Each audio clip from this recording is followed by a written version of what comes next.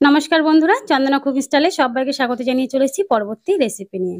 তো আজকে রেসিপিটি আমি পুরো আমার মতন করে শেয়ার করছি। একেবারে সহজে দারুণ টেস্টি রেসিপি, যা হচ্ছে চিকেন কিমার চপ। ভিডিওটি শেষ পর্যন্ত দেখার জন্য অনুরোধ রইল।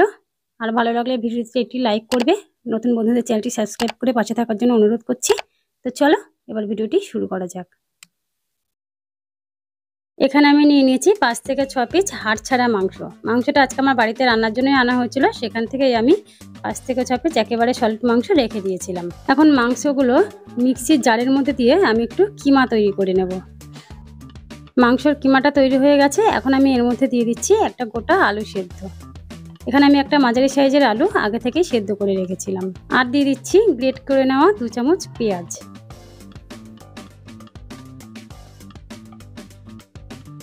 দিয়ে দিচ্ছি 2 চামচ আদা রসুন বাটা, হাফ চামচ লঙ্কার গুঁড়ো, হাফ চামচ হলুদ গুঁড়ো, 2 চামচ বেসন,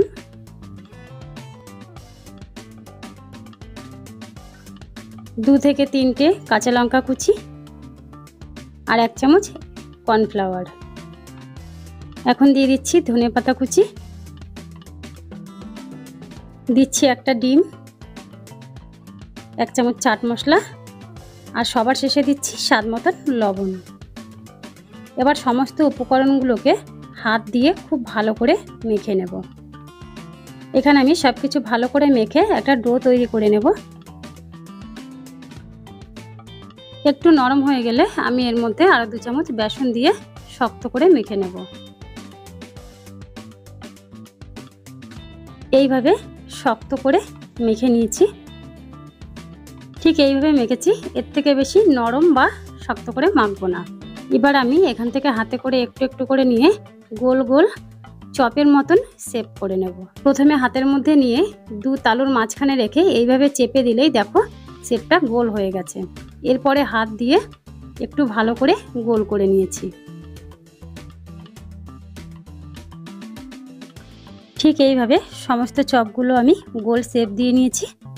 এবার এখানে একটা বাটির মধ্যে আমি দিয়ে দিচ্ছি 2 চামচ কর্নফ্লাওয়ার আর সামান্য একটু লবণ। এবার একটু জল দিয়ে একটা পাতলা ব্যাটার তৈরি করে নেব।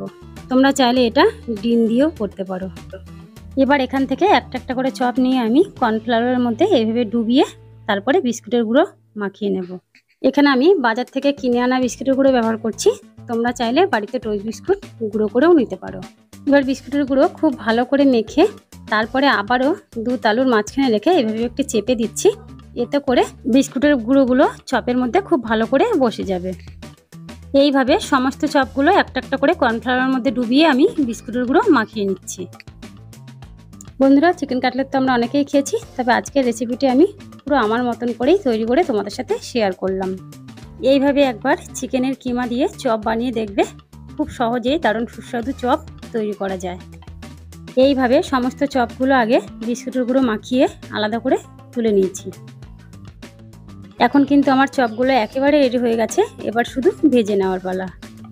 এবার এখানে আমি কড়াইয়ের মধ্যে বেশ কিছুটা সাদা তেল দিয়ে তেলটা আগে খুব ভালো করে গরম করে নিয়েছি। তারপরে একটা একটা করে চপ নিয়ে তেলের মধ্যে আস্তে করে ছেড়ে দিচ্ছি।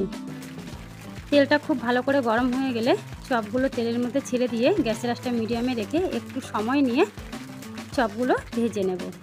এতে করে খুব ভালো ভাজা হবে আর ভেতরেও কাঁচা থাকবে না। এখানে সব চপগুলো আমি দুবারে ভেজে নেব। এক পিঠ ভাজা হয়ে গেলে উল্টে দিয়ে আর এক পিঠ ভেজে নেব।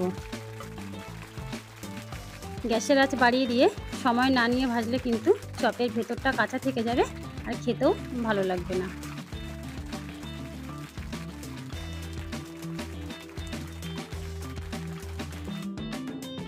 এখন কিন্তু চপগুলো 2 পিঠেই ভাজা হয়ে গেছে আর একটু সময় নিয়ে ঠিক এইভাবে লাল করে ভেজে নিয়েছি। এবার তুলে নেব। আর এখন দেখেই বুঝতে পারছো যে এটা ওপর থেকে কতটা মচমচে আর খেতে কতটা সুস্বাদু হবে। এখন কিন্তু দারুণ টেস্টি চিকেন কিমার চপ আমার একেবারে রেডি হয়ে গেছে। বন্ধুরা, ভিডিওটি কেমন লাগলো অবশ্যই কমেন্ট করে জানাবে।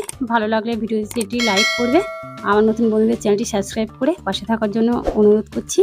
আবারও চলে আসবে তোমাদের সামনে পরবর্তী অনেক নতুন নতুন রেসিপি নিয়ে।